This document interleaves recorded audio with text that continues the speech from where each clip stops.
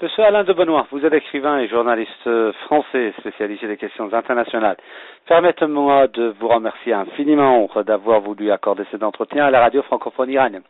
Monsieur de Benoît, la France a effectué une première frappe aérienne contre les effectifs de l'État islamique, ce groupe terroriste qui opère en Irak et en Syrie. C'est ce qui a dit en fait le président français François Hollande dans un communiqué. Monsieur Hollande dit que voilà, dans les prochains jours, il va y avoir d'autres opérations contre les positions de ce groupe en Irak. Comme première question, comment expliquez-vous cette, si vous voulez, cette frappe aérienne, cette décision française de vouloir mener des frappes aériennes contre les positions de ce groupe en territoire irakien, s'il vous plaît? Bien, je voudrais dire d'abord que le président François Hollande a engagé la France dans une nouvelle guerre du Golfe sans consultation du Parlement, ni bien entendu du peuple français.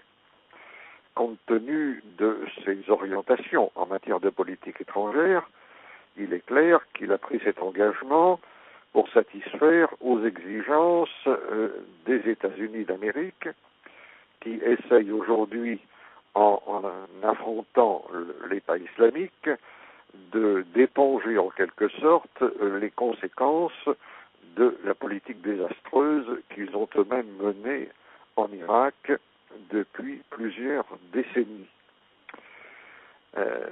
En effet, comme chacun le sait bien, ce sont les États-Unis qui ont constamment aidé, financé, armé, soutenu les militants terroristes islamiques les plus fanatiques, que ce soit en Afghanistan, en Libye, en Irak et récemment encore en Syrie. Et il y a évidemment quelque chose d'un peu paradoxal à voir la France et les États-Unis condamner en Irak des islamistes terroristes qu'ils soutiennent en Syrie lorsqu'il s'agit de s'opposer au président Bachar el-Assad.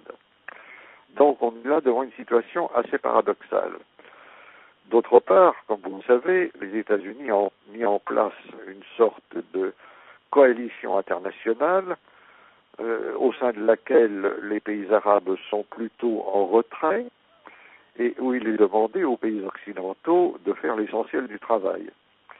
La France n'a en la matière que des moyens très limités, puisque la situation de son armée est aujourd'hui assez catastrophique. Nous avons quelques avions Rafale qui ont opéré les bombardements dont vous parlez, mais pour ne citer qu'un exemple, les terroristes de l'État islamique disposent d'un plus grand nombre de chars d'assaut que toute l'armée française.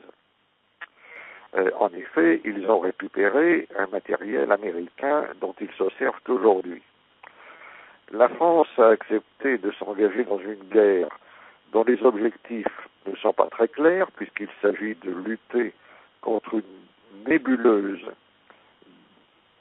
déterritorialisée, c'est-à-dire qui ne s'identifie pas à une nation ou à un État particulier, pour une durée tout à fait indéterminée. Aux États-Unis, on parle de 2-3 ans, sinon plus, avec des perspectives qui sont tout aussi peu claires, car l'offensive actuelle peut s'étendre aux pays voisins, et d'autre part, avec des moyens qui sont assez étranges, car on sait bien qu'aucune guerre ne peut être gagnée entièrement par des frappes aériennes, si puissantes soient-elles. À un moment ou l'autre, il faut bien aller au sol. Or, la France, suivant encore l'exemple des États-Unis, assure que l'on n'enverra pas de soldats au sol. Donc, personnellement, je pense qu'il est tout à fait nécessaire de combattre l'État islamique, mais que les moyens employés ne sont probablement pas très bien adaptés. Peut-être aurait-il mieux fallu s'attaquer aux sources de financement de ces terroristes islamiques. Et à ce stade, le point intéressant, M. de Benoît, c'est encore le fait que le président français dit qu'il va y avoir dans les prochains jours d'autres opérations militaires contre ce groupe de Daesh en Irak, mais il dit également, il précise également que la France, il n'est pas question pour la France d'opérer en Syrie. Alors tout le monde le sait que l'essentiel des effectifs de ce groupe terroriste de Daesh se trouve actuellement en territoire syrien. Là aussi, on assiste à une politique, à une attitude paradoxale de Paris. On dit que voilà, on va attaquer un groupe terroriste, la partie qui se trouve en Irak, mais l'autre partie qui se trouve en Syrie, on va laisser intacte. On n'a rien à voir avec cela. On assiste là aussi, semble-t-il, à une politique, attitude contradictoire et paradoxale de Paris, n'est-ce pas? Oui, mais ce commentaire que vous faites rejoint celui que je faisais moi-même. C'est-à-dire qu'il y a là un paradoxe. Mais ce paradoxe s'explique par la politique antérieure des puissances occidentales et notamment des États-Unis. Ils ont voulu par tous les moyens désigner l'Iran comme un ennemi. Ils ont ensuite voulu désigner le gouvernement syrien comme un ennemi et par conséquent ils ont soutenu les combattants qui s'opposaient à l'État syrien, et aujourd'hui ils s'aperçoivent que ces combattants ont évidemment des ambitions plus larges qui menacent leurs propres intérêts.